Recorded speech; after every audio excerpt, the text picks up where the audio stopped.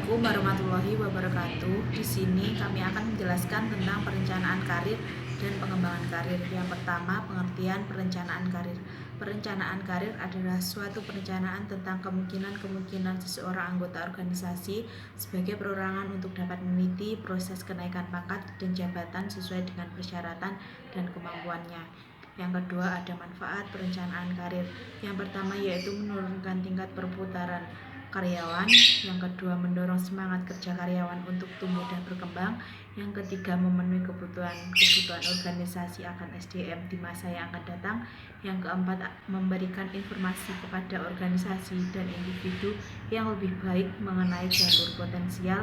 Yang kelima, ada mengembangkan pegawai yang dapat dipromosikan.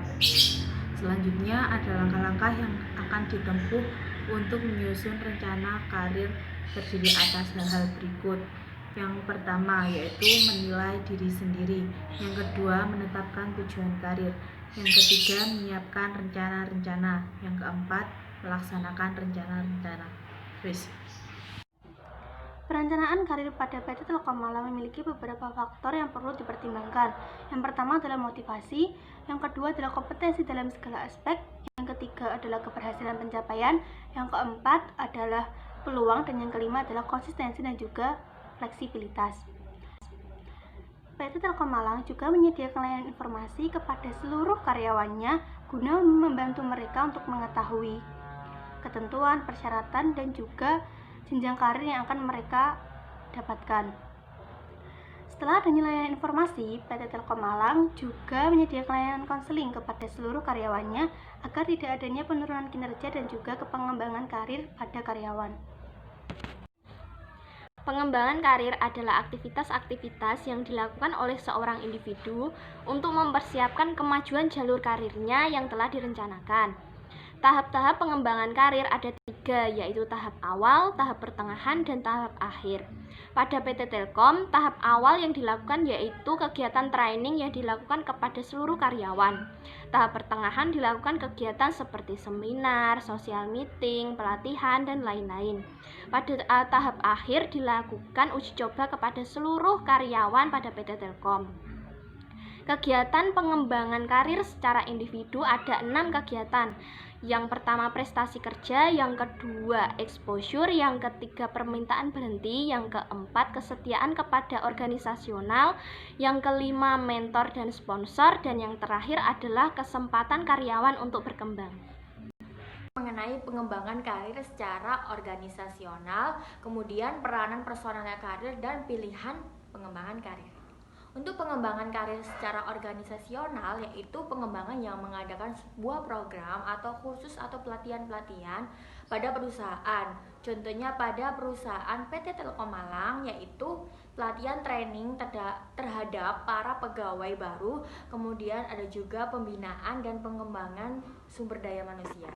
Pilihan pengembangan karir yaitu pilihan karyawan untuk mengembangkan suatu karyawan sepanjang arah atau sepanjang masa.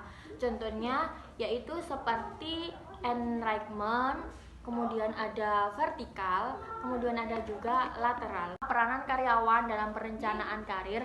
Seseorang karyawan melakukan perencanaan dengan bertanggung jawab untuk terus meningkatkan keterampilan. Kemudian yang kedua yaitu peranan perusahaan dalam perencanaan karir karyawan, yaitu membuat sebuah program untuk mendukung pengembangan karir tersebut. Kemudian untuk yang ketiga, peran manajer dalam perencanaan karir, yaitu mendukung atau mendiskusikan tentang pentingnya menyusun sebuah rencana karir tersebut. Tanggung jawab merupakan suatu kewajiban yang harus dilakukan oleh setiap karyawan. Untuk di PT Telkom sendiri terdapat 2 parameter pengamatan tanggung jawab. Yang pertama yaitu jabatan atau posisi yang sedang dijalankan. Yang kedua adalah usaha untuk memajukan perusahaan. Untuk aspek yang kedua yaitu manajemen karir. Manajemen karir merupakan upaya perusahaan untuk mengelola karyawan. Pada PT Telkom sendiri terdapat 4 pola dalam manajemen karir. Yang pertama adalah olahraga, yang kedua olah rasio, yang ketiga adalah olah rasa, dan yang keempat adalah olah spirit, dan terakhir adalah aspek desain program atau pelatihan pengembangan karir. Dalam pelatihan ini sangat penting dalam membentuk basic suatu karyawan dalam menjalankan posisi yang akan dijalankan. Pada PT Telkom sendiri terdapat 4 pelatihan karir. Yang pertama adalah DNA strategi, yang kedua adalah accelerate strategi, yang ketiga adalah empower strategi, dan yang keempat adalah lateral strategi. Selanjutnya, manfaat pengembangan karir. Manfaat pengembangan karir bagi suatu organisasi yang pertama adalah menjamin ketersediaan bakat yang diperlukan. Yang kedua, meningkatkan kemampuan organisasi untuk mendapatkan dan mempertahankan karyawan-karyawan yang berkualitas. Mendorong adanya keanekaragaman dalam suatu organisasi dan meningkatkan nama baik organisasi. Manfaat bagi para pegawai atau karyawan. Yang pertama, menggunakan potensi dengan sepenuhnya, menambah tantangan dalam bekerja, meningkatkan otonomi, dan meningkatkan tanggung jawab. Perubahan paradigma